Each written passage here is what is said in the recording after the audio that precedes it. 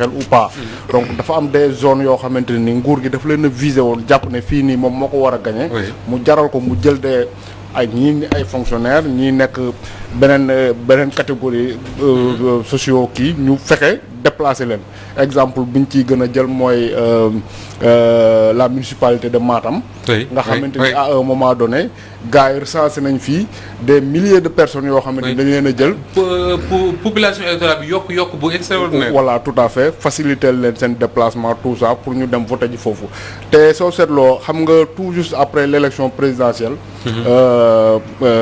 Union européenne bi nga xamante ne nii bokkoon na si ñi financé pratiquement audit fichier électoral bi ak saytu processus électoral bi également ñoom ca début ba élection yi jeexee rek la ñu remettre en cause le parrainage ba ma ne je sais pas ndax yaa ngi koy fàttaliku am na benn émission bu ñu fi tegoon te ñoom ay recommandations lañ doon def soriwuñu woon comme cour de la justice ni mu soree nii ne dans 6 mois nañ ko dindi ñoom élection yi bu mu paree la ñu def seen diagnostic ne véritablement lu ñu gis ci parrainage bi joxewul mënu la permettre nit ñi ñu am véritablement benn comment dire benn ça ne reflète pas la bonne marche d'une démocratie parce que am na candidat yu bëri yoo xamante ne nii bu dul loon système de parrainage bi doon nañu dem te jàpp nañ ne système de parrainage bi ni ñu ko tegee moo tax mu éliminer leen te loolu ça ne véritablement ça ne montre pas que démocratie am na voilà alors mu mel ne le défi Georges Nesta pour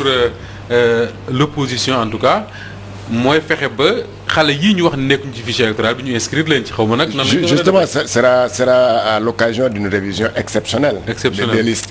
Parce que là, je crois que bu ñu naree dem ci élection dans quelques mois, surtout pour les élections locales, il faut forcément ñu am une révision exceptionnelle des listes. Pour effectivement parti politique yi mën a ñaax seen jeunes yooyu ñu dem voter ji ou bien ñu xam pourquoi ils ne sont pas sur les listes.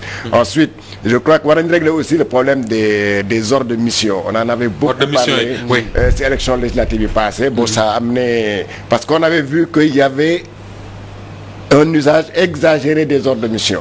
D'ailleurs je me rappelle certains comme le maire de Mermoz Sacré-Cœur Barthélémy Diaz a dit que si aujourd'hui le score de Dakar a basculé c'est parce qu'il y a eu surtout aux Parcelles Assainies il y a une utilisation exagérée des ordres de mission kenn xamul woon naka lañ délivrer ordre de mission yi qui devait être détenteur d'un ordre de mission pour pouvoir voter parce que c'est des gens yoo xam ne ils sont supposés ne pas être inscrits dans une localité X mais qui par exemple par l'ordre de mission mu leen neexee ñu voté foofu donc ça a quand même bouleversé certaines données au point que dans certains bureaux de vote on trouvait plus d'ordre de mission que ñoo xam ne sax ñoo fi bindu alors ça a posé problème je crois que aussi j'ai pas encore lu tout le rapport mais war nañu signaler affaire boobu parce que ça a créé un problème sur législative yi passé alors Mame Birame souvent une élection wala même l'inscription le fait de s'inscrire sur des listes électorales dafa am des contextes wala des événements yoo xam ne ñoo koy favoriser tey jii soo les jeunes sénégalais par rapport à ce qui se passe dans leur pays depuis quelque temps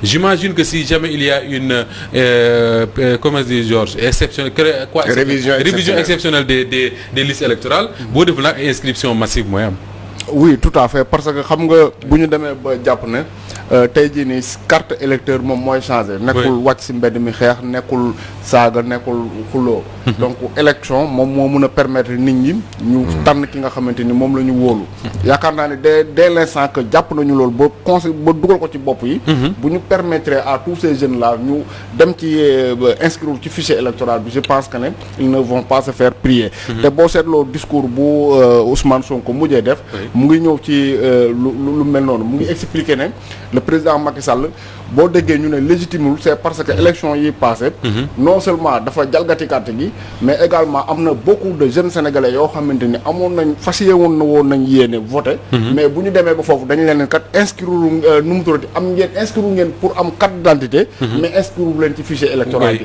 donc ñu jox leen pièce d'identité donc amul inscription amul carte d'électeur te loolu comme li ma wax au départ rek ça remet en question la légitimité du président parce que tey jii nii comme nu nga ko waxee au départ mënatuñoo defaat élection yi c'est impossible le président Macky Sall moom la ñu ne moo gagné voilà moom moo prêté serment devant les magistrats mais dans tous les cas ce que ça doit permettre aux opposants mooy que ñu taxaw pour que élection yi nga xamante ni dina amaat ñu fexe ba nga xamante ne jalgati yu flagrant yi nga xamante ni nguur gi def na ko si du ci amati te soo seetloo sax le président de la république xam naa ne détaillé wul véritablement li nga xamante ni def na ko mais boo seetloo élection 2019 yi bu mu paree dajaloo naa gars yi mu ne leen bàyyi naa njuuj njaaj xam naa xëy na bu naan bàyyi naa njuuj njaaj affaire yu demee noonu moo taxoon muy wax c'est ça tombé alors bon loolu moo ñuy may ñu waxtaane kon agriculture ak suñu invité muy Mamadou Alpha Diallo bokk ci regroupement des acteurs du secteur agroalimentaire de Touba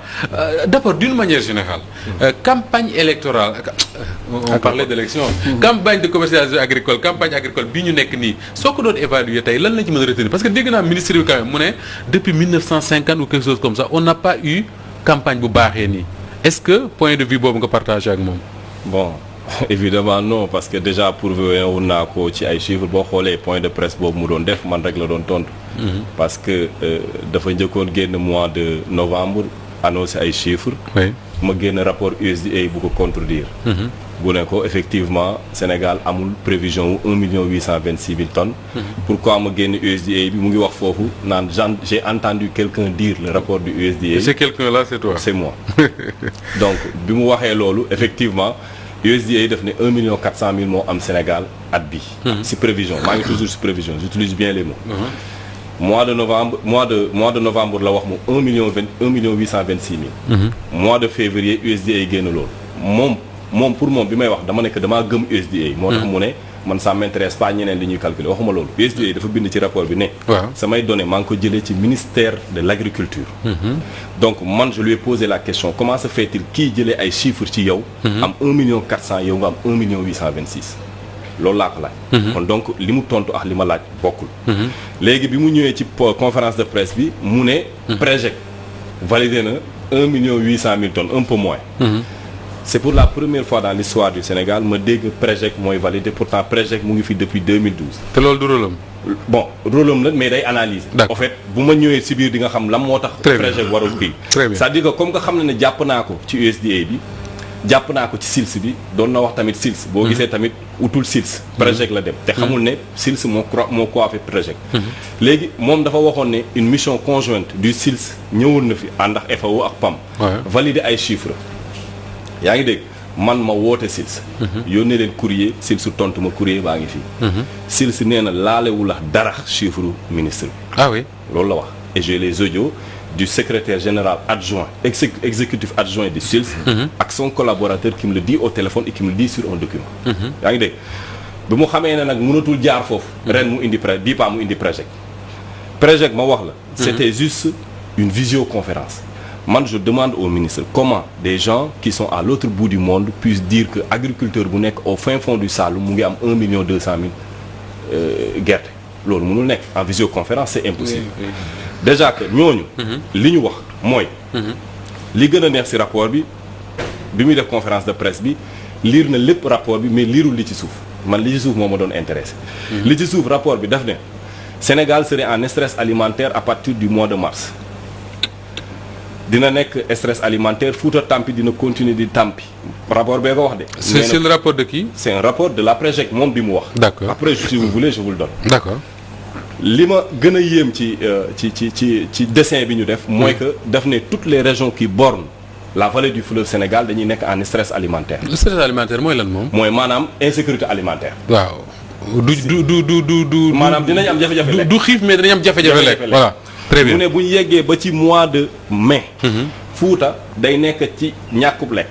ñu ngi ko def ci rapport ñu ngi ci mois de mai de. ñu ngi ci mois de mai daf ne mai ba août. loolu la wax mai ba août ils seront dans cette situation là. mais man sama problème mooy est-ce que gis ngeen carte bi ñi mu décrire ne ñoom ñoo nekk ci stress alimentaire c'est toutes les régions yu nekk ci wetu ndox. maanaam la vallée du fleuve Sénégal. fi bay gën a yombee quoi. waaw 1700 kilomètres d'eau traverse avant muy jeter wu dans l'océan Atlantique et ces régions-là ont des problèmes de lekk benn. Deuxièmement Matam au cœur du Fouta. Matam est assis sur 45 millions de tonnes de phosphate. bay loo soxla engrais nga soxla. te phosphate lañ ko defee. ah suuf. alors que monsieur le ministre tey jii mën a toog ci devant les Sénégalais. fàtte wax loolu bon.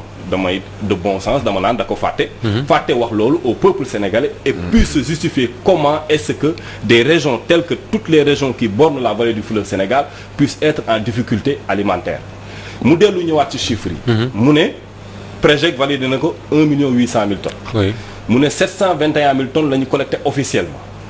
Les gens le demandent où sont les 1,1 million restants. mu ne mu ngi ci diggante dëxin gerte caaf. c'est ses propres mots du samay wax. non c'est le ministre qui dit ça. moo wax loolu bu la neexee ma jox la audio yi. 1,1 million tonnes de ñu dëxin ko mu ngi gerte ci caaf diggante dëxin mbaxalu saalum mi ngi ree ak gerte caaf. ak gerte caaf bi ñuy lekk. donc officiellement 700 000 tonnes lañ collecté. lañ collecté su fekkee ne loolu la wax. waaw 700 000 tonnes. 1 million 100 yi Sénégalais yi ñoo ko lekk ci diggante boobu. cela veut dire que tonnage boobu. c'est le même tonnage que le Sénégal a besoin pour ceeb chaque année.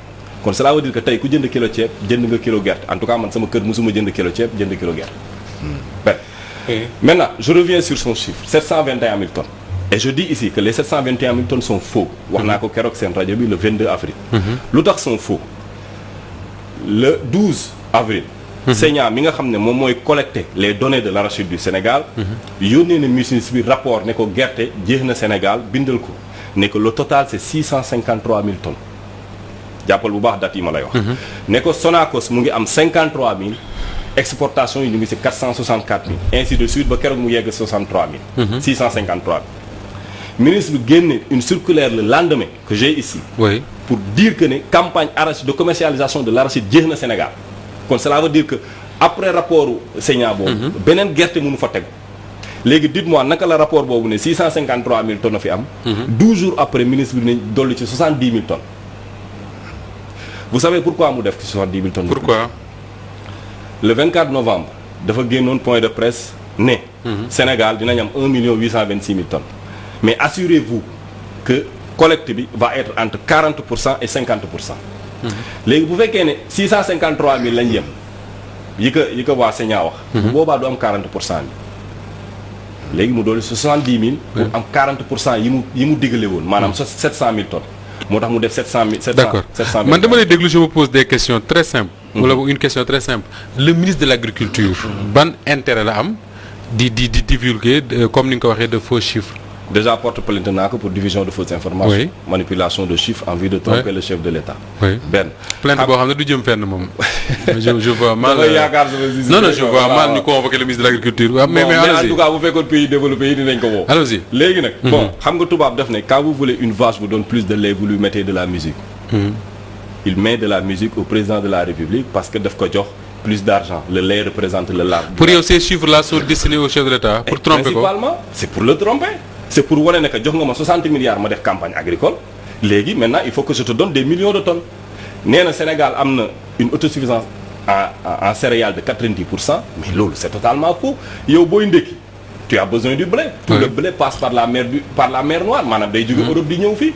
añ bi on a besoin de 1,1 million tonnes. 1,3 million moo fi am kenn xamul ndax pari la ñuy wax wala décortiquer mais en tout cas on importe aussi autant. cela veut dire que il y a un gap. booy ndekki le meew bi c'est 60 milliards importé léegi yow naka nga mën a jëlee chiffres yooyu yëpp céréales bi jëlal aussi maïs NMA pardon bu fekkee si je fais de la publicité importe 150 000 tonnes de maïs pour combler son gap léegi expliquez-moi comment ce pays est autosuffisant 90% si céréales yi c'est faux comme sur les céréales. léegi le ministre donne des chiffres yéen vous donnez des chiffres mais ce que je veux savoir man mooy la réalité sur le terrain.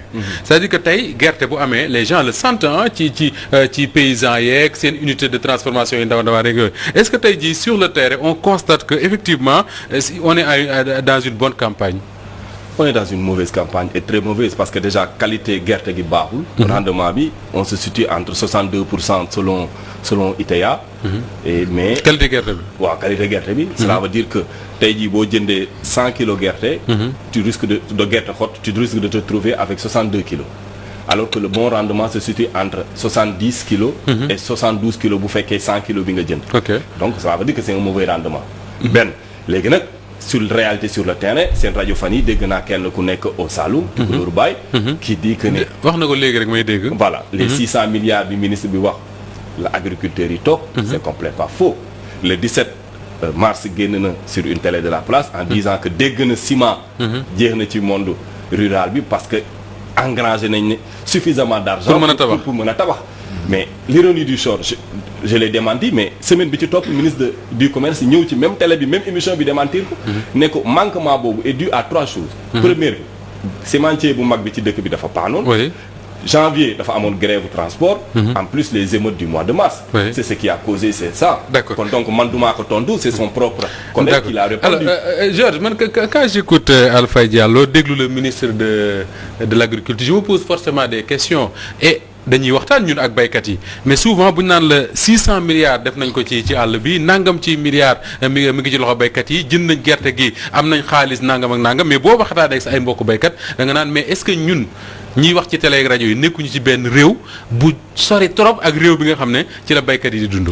Oui mais loolu je crois que c'est tellement facile à vérifier boo bëggee wax ne c'est facile de gonfler les chiffres. Mais demal nga sa koñ rek nga jéem a jënd gerte caaf nga xool. nga xool est-ce que vraiment li ngay dund. ñun ñi nga xam ne dañoo jógee si ay feetu ngalax ay affaires yoo xam nañ mën loo gerte jar ça coûte combien donc tu ne peux pas entendre chaque jour ne la non produire nañu tant de millions de tonnes. Alors que sur le marché ça ne se vérifie pas. Ça ce n'est pas logique. Il y a quelques jours j'avais vu un ami là qui aussi comme ñoom kii la nag il est toujours dans le secteur de l'arachide. mi naan ne vraiment il faut que ñu wax ministre bi wax ñu ces chiffres là fan la koy jëlee. Parce que donc ils ne sont pas les seuls à contester les chiffres. Oui vraiment ça il faut que le ministre là nous dise fan le ministre de l'agriculture fan la jëlee chiffres yu muy annoncé aux Sénégalais et au président de la République. Xanaa peut-être que ce sont des chiffres yoo xam ne ça n'existe que dans sa tête. Parce qu'au début bi ñu lancé la campagne arachidière il y a beaucoup de partenaires étrangers dañoo def la ruée ñëw au Sénégal pour pouvoir jënd. Mais quand ils sont arrivés ils se sont rendus compte que c'était pas du tout ça. mu ne y a des gens yoo xam ne ils sont rentrés bredouilles. Ils sont tournés bredouilles parce que gisuñu effectivement les graines qui devaient yu ñu war a jënd. te xam nga la loi de l'offre et de la demande.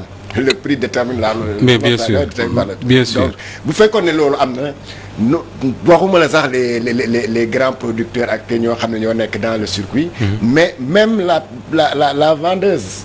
gerte caaf mu nekk si koñ bi. wala ñoo xam ne ñooy def ay tigé affaire yooyu waroon nga booy demee yow toi l'acheteur waroon nga sentir ce niveau là waroon nga sentir que ne vraiment gerte am na si dëkk bi ça s'est répercuté sur le prix ça s'est répercuté même au niveau des huiliers et autres. Exactement. Mais ce n'est pas ça donc c'est comme si on était effectivement dans un autre Sénégal boo xam ne moom le ministre bi di wax c'est vrai que souvent c'est vrai que moom le ministre de l'agriculture il avait déjà ces chiffres avant sax récolte yu pare. Depuis taw bu mu commencé dañ ne non nous allons vers une production record. Donc ils avaient déjà des chiffres. Donc kenn du ko ci génne ci record alors que voilà c'était des chiffres yoo xam ne daal xaw ma ban analyste wala ban programme daal moo leen jox seen chiffres yooyu parce que da doon taw ñu ne non cette année on ira vers des productions records mais production yooyu gisoo leen fenn. mais on retiendra Mame Birame Wathie que ni pour la première fois ñu gis une organisation quand même enfin je dis pas pour la première fois parce que wóoruma mais en tout cas c'est très rare une organisation porte plainte le ministre de l'agriculture pour disons diffusion de fausses nouvelles. Oui tout à fait man maa ngi koy doog a dégg même si il y a d'autres associations d'autres regroupements de paysans au moment de la campagne agricole ñu ngi doon soulever beaucoup de difficultés surtout par rapport au kilogramme d'arachide que le gouvernement avait fixé. Man je me rappelle j'avais fait ça une chronique là-dessus. Oui. Pour me poser la question de savoir pourquoi état bi profitewul ci campagne agricole bii nii pour permettre aux paysans un peu de se faire une santé financière. Parce que soo seetloo avec les dernières inondations là inondations yi lu mu ñu won mooy que ndox mu bëri wàcc na Sénégal. Oui oui waaw donc macha allah hivernage bi ça s'est très bien passé. Léegi man moom problème moo nekkoon que. Parce que les faux chiffres du ministre là nekkul moom moo ko njëkk a wax. Il y a l'ancien premier ministre Abdoul Mbaye qui lui-même a parlé de chiffres fictifs du ministre wax ne 1 million et quelques tonnes yooyu muy wax noonu amul fenn foo xamante ni mun na ko fa la ko teg te mënu ko justifier. Pour en revenir au prix du kilogramme d'arachide. dama ne campagne agricole bii passé nii. waroon na mun a permettre état bi véritablement mu gën a taxawal. les surtout ci contexte bi ñu nekkoon voilà ci contexte bi ñu nekk parce que xam nga Moustapha li xew mooy que. frontières yëpp à un moment donné dañ leen a tëj. donc l'arachide nekkul au Sénégal rek kese lañ koy soxlaa on en a besoin un peu partout dans le monde. Parce que matière première la boo xamante ni day dugg ci produit yu bëri. donc ma ne tey jii nii bu ñu demee ba nga xamante ni tëj nañu les frontières les pays de l'Amérique latine ay Brésil ay Argentine yi nga xam ne dañ ko daan produire te même produire nañ ko mais mënuñu koo génne ñun ñu am possibilité ñu ne les Chinois sont venus jusqu'au Sénégal pour acheter jusque dans les champs voilà juste dans les champs pour acheter la graine d'arachide le gouvernement mu ne moom day yokk 30 day def 30 francs ci kilo d'arachide boo importé en guise de taxe loolu pour décourager d'une part les Chinois mais d'autre part tamit mu fixer le prix du kilogramme d'arachide à un prix modique loo xamante ni véritablement paysans yi ñoom bu ñu ko jaayee du ñu si génn te Chinois yi nga xamante ni bu leen état bi jéemul woon a décourager ñoom il proposait à un moment donné même jusqu'à 300 400 francs. mais dem nañ ba 415 francs man ki ma ci am na ku ma joxoon ne 415 francs fay nañ ko. et Moustapha c'est le prix qui se pratique dans la sous-région boo demee ay Gambie. waaw c'est vrai man sama chronique boobu mooy def j'avais fait des recherches pour voir que effectivement ils sont à 400. voilà dans la sous-région Sénégal moo ci gën a ndawle le prix du kilogramme d'arachide te loolu état bi moo ko fixé. ça pose problème. Voilà. D'accord alors c'est vrai la plainte mais boo demee par exemple dëkk bu mel ne Touba y a beaucoup d'huiliers là-bas dañu miin également dañu am ay unités de transformation ak nu mu mënti toll est-ce que tey les chiffres que donne le ministre ak yéen yi ngeen di joxe soo demee foofu ci tool da ngay gis ne les machines tournent comme on dit wala boog ça ne marche pas parce que gerte gi amul. depuis bi mu fi ñëwee 2019. benn usine Sénégal buy defar diwlin defal. vous n'avez pas un problème avec le ministre là. non du problème non xam nga déedéet. déggoon naa ko parce que fi ma koy koñe dafa bëri moom danaa mathématicien la man tamit aussi je suis un élève de la série S. donc déterminer na agriculture Sénégal par rapport à une proportion de 63 000. exploitation yi muy vérifié par 52 agents. nee na prouver naa ko seetaan na ko. mathématiquement c'était impossible pour 2 mois. donc loolu du ma si tardé donc maintenant pour Touba. ma ne du Touba rek gis nga Touba ak kulli huilier biir Sénégal. depuis bi fi ministre bi nekkee 2019 ba léegi amul ku fi defar centilitres d'huile. ah oui centilitres d'huile. pourtant le ministre il est dans un département qu'il connaît quand même. non il ne connaît pas comment il connaît le département c'est un mathématicien. oui mais c'est pas la première fois ñu koy dégg ci mel noonu man quand je l'entends parler d'agriculture et tout moi j'ai l'impression d'avoir devant moi quelqu'un qui s'y connaît. loolu mooy problème bi parce que point de presse bi passé bi ñu def. oui bi mu ñëwee journaliste yëpp bi ñu ko posé question yëpp a nuroo moo tax da ko résumé bi muy tontu waxul damay tontu kii ne je vais résumer vos réponses parce que y avait pas de la. parce que ñoom ñëpp ak mën a yem quoi. comprendre fi ma toogoon maa ngi bax. je pouvais le relancer beaucoup de fois. Oui. Et dama koy dugal ci kàmb gi wax parce que c'est pas les bons chiffres qu'il a. Imaginez aujourd'hui Sonacos 1500 emplois. Copéol waxuma la. Je vous donne les données de l'ANSD. Dans le bassin arachidier il y a 9000 personnes qui dépendent de la chaîne de valeur. 9000 personnes 9000 ministre bi depuis bi mu ñëwee ba léegi rey na fait du bon travail. léegi nii dégg naa kii. waaw nee na. ministre bi. def na nu ñu koy waxati comment dirais-je les Chinois 30 francs sur l'exportation. jour boobu bi passé nee na c'est pour la première fois dans l'histoire du pays qu'un ministre ait mis 30 francs xam nga bi passé dama ko génneloon décret de loi bi wane ne ko vous êtes pas le premier Abdoulaye Seck defoon na ko ak 40 francs sur l'arachide décortiqué 15 francs sur l'arachide non décortiqué bii mu génne ne non voté woon nañ loi bi mais c'était pas effectif bon lii c'est un note de service de la douane. bi buy wane ne. effectivement c'était effectif en 2017. 2017 déjà. 2017 kon donc c'était pas sur lui que c'est effectif benn ci plainte bi j'avais dit que on a un ministre de la République de l'agriculture hors la loi. pourquoi benn kii léegi nee na chinois yi dañuy dem bord champ. oui moom ci boppam bind na ab circulaire bu ñu tuddee 00938 du 20 novembre 2020. moom. mu ngi tere nee na. kenn mënul jënd gerte fenn Sénégal fu dul ci point de collecte bu saignant validé. Exactement. kon cela veut dire que le chinois s'il va bu demee ci terrain bi. il viole la propre réglementation. moom xam na ko deful dara. article 8 de la constitution. me donne la liberté d'entreprendre. j'entreprends ministre bi yàq personne ne dit rien. nu mu ko yàqee. mais j'avais 50 employés depuis 2 ans je travaille plus.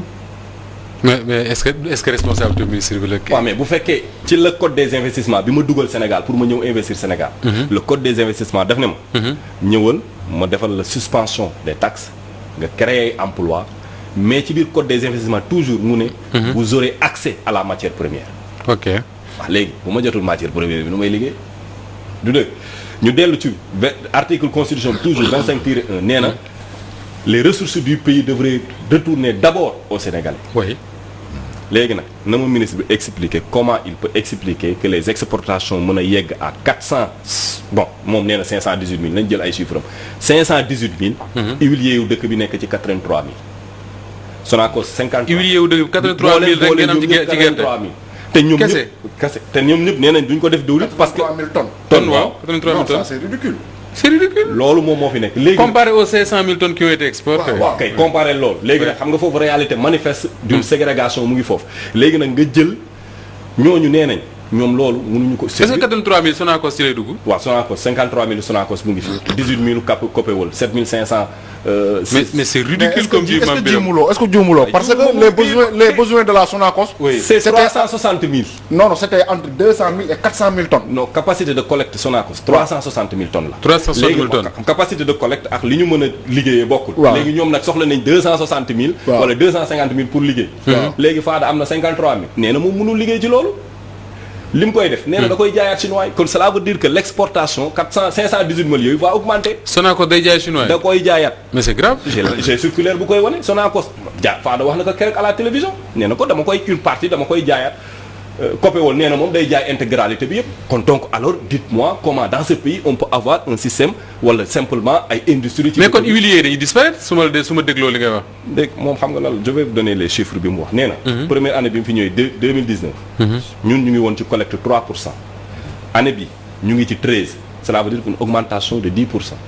ça veut dire que bu ñu toppee rythme bi usines yëpp dañuy tëj 7 ans. pour door a am capacité bii war pour ñu door a commencer dëwlin ça veut dire que man mën naa tëj sama usine. fii ak 7 ans laay am capacité bi ma war pour mën a defar dëwlin avec ce ministre. est-ce que vous comprenez voilà la réalité du terrain. alors une réalité quand même oui Mame Birame te leneen lu lay won ne vraiment le ministre là ce n'est pas l'homme qu'il faut à la place qu'il faut xam nga en 2015. le président Macky Sall dafa waxoon ne. autosuffisance en riz Sénégal daf koy atteindre en 2017. oui n'est-ce pas. ñu ñëw ba 2017 ñu ne gis nañu ne daal. mënul nekk parce que nu mu turati les moyens qui auraient dû être déployés dans la vallée notamment amuñu. ñu ne léegi dañ koy fixer en 2019 yow Moustapha gis nga dernièrement bu ñu ne. les populations on va acheter des vivres yu ñu leen yóbbul. lan la ñu def ils ont appelé des gens yoo xamante ni ils ont commandé depuis l'extérieur des tonnes de riz indil ko Sénégal moom la ñu distribuer ci aide bi. ci aide bi n'est-ce pas. donc un ministre qui dit xam nga yow bu nekkee da nga jox ay échéances yu leer. nga ne 2017. lii dina am. oui dafa am 2017 boobu ñëw loolu amul. nga ne 2019 boobu ñu ñëw loolu amul. ñu ñëw ba 2020 ci la Covid bi am ci la ñu soxla vivre pour dimbale les populations. Le Sénégal est obligé d'aller à l'étranger pour acheter des milliers de tonnes. C'est pour un mën a vrai problème. satisfaire C'est un vrai problème. c'est un problème. c'est un vrai problème alors Georges mu mel ne kon ñun ñi nga xam ne très souvent dañuy dégg ñu naan wey nañu fexe xale yi ne ci Ndakaaru ñu dem dellu ci suuf si bay suñu déggee li kii di wax nii on se dit également que ni c'est de l'utopie que d'espérer que les jeunes là dem ci àll bi. je crois que le secteur agricole mooy secteur bu gën a bëri problème boo gënee njàng meek santé bi secteur agricole bokk na secteur bu gën a am problème. bu gën a bëri problème. te moo war a dundal réew mi am moo war a dundal réew mi aucun pays ne peut se développer sans l'agriculture. D'ailleurs bu ñuy wax emploi des jeunes lan lañ ci wax si mbéy ma la ñu yaakaar. exact pour mën a parce que c'est seul le secteur agricole moo mën a résorber une capacité de résorption extraordinaire au niveau du chômage. Parce que moom la. oui il a promis 150 000 emplois. loolu parce agriculture. que amul benn secteur le ministre ah. waaw amul benn secteur mën a résorber chômage autant que l'agriculture donc buñ ko fooyee je pense que là on. régler le chômage ba pare dundal réew mi c'est important. voilà parce que da ngay régler chômage. mais mënoo ko def ak les dundal réew mi. exportations. atteindre l'autosuffisance alimentaire. comme ni ñu ko doon waxee quand il s'est agi ici ñu ne dañuy Covid bi dañuy jox Sénégalais yi ceeb ak diwlin ak xawma ay. quelque chose comme ça. loo gis ay importation nga gis. yu bëree bëri. mais là ce n'est pas normal. alors que nee nañu on a atteint des productions records donc on n'était pas. est-ce que xam nga bi ñuy importer également il y avait du riz à Richard Toll ah. dans la zone là il y avait du riz pendant ce temps-là qu'on importait jël ay bateau di leen indi. oui dem stocker leen fii au port Dakar il y avait du riz voilà effectivement. mais bien sûr te kenn mënu leen jënd. waaw donc le problème. je crois que surtout le problème de l'agriculture de l'arachide. je crois que Moustapha Cissé Lo laal na ko fii à l'Assemblée nationale. dañuy ñëw di joxe les mille. des 400 000 tonnes à diw jox député bi 4 000 tonnes jox kii 4 d'ailleurs c'était na ay tour. oui oui donc alors boo bàyyee les vrais acteurs. oui les ñoo xam mais est-ce que loolu mooy finalement mooy fausser les résultats les chiffres. c'est-à-dire que on dit jox nañ nangam à Diallo nangam à Georges nangam à Mame Birame tout à fait que ñaar ñi ñëpp duñu ay béykat kii rek mooy béykat ça fausse tout. duñu ay béykat Moussa Sène wax na ko da ngay jox kii député bi nga jox ko 4000 tonnes diw nga jox ko 4000 tonnes diw nga jox ko 3000 tonnes daaw xaw ma 200000 tonnes la wax mais loolu yëpp nag alors que da nga bàyyi ñoo xam ne mbay mooy seen liggéey mooy seen métier moom lañu xam. ñooñu une personne congre lañ siy jot sinon même le matériel agricole c'est la même chose. donc comment voulez-vous que le mbay mi développé au Sénégal. Mame Birame très rapidement avant ñuy conclure ak Diallo. bon maa ngi doon lire lii nu mu tuddati semence yi nga xam parce que monsieur muy wax tout à l'heure que ne pour nga bay soxla nga suuf su baax. soxla nga ndox mais soxla nga tamit engrais. ñu ne ak semence. ñu ne Moustapha Cissé Lo taxaw na kaas ne dañu détourné nu mu tuddati. semence yi. yaa xam mbay mu weddi ko def sorti ne cette année ci Moustapha Cissé Lo a bénéficié de 4100 tonnes de semence. léegi problème bi am mooy que bu ñu demee ba nga xamante ni semence boobu nga ne waroon na yegg ci paysans yi ñoom ñoo war a béy pour permettre au Sénégal mu atteindre autosuffisance alimentaire bu ko les politiciens yi buñ ci politiciens yi amee accès am possibilité di ko détourner mais il va sans dire que ne autosuffisance bi ñuy wax ci gént rek lay doon. Alpha Diallo waxtu bi jeex na tàkk mais le dernier mot rek porté ngeen plainte wax naa la sànq ne la yaakaar ji bëriwul mais qu'est-ce qu'il faut faire tey pour éviter justement que ni ces unités de transformation la ak béykat yi nga xam ne amuñu sax doole am unité de transformation ñu bañ a naxasaay. bon mois de février defoon naa appel ne monsieur Sall bu ñu jëlul ay directives fii ak mars. année bii duñu liggéey. li ma waxoon am na donc kon duñu liggéey kon donc solution bi mooy trouver ñu ab ministre bu ñu mën a toog waxtaanal. d'accord mais keroog may ma tuuti une seconde. waxtu jeex tak nee na ma keroog posé na ma benn question nee na ma dafa bëgg a comprendre comment 9 milliards yi mu dugal ci keesu état bi la nekk perte. comme nag c'est un faux mathématicien dinaa ko jàngal léegi 15 milliards. la ñu subventionné gerte gi. pour gerte Sénégal taxaw. bu fekkee ne 15 milliards yooyu génn nañ la majeure partie boo dugalee 9 milliards 15 milliards plus 9 milliards égale moins 6 milliards. kon donc moom il a fait perdre l'État du Sénégal moins 6 milliards plus les chiffres d'affaires de tous les huiliers du pays.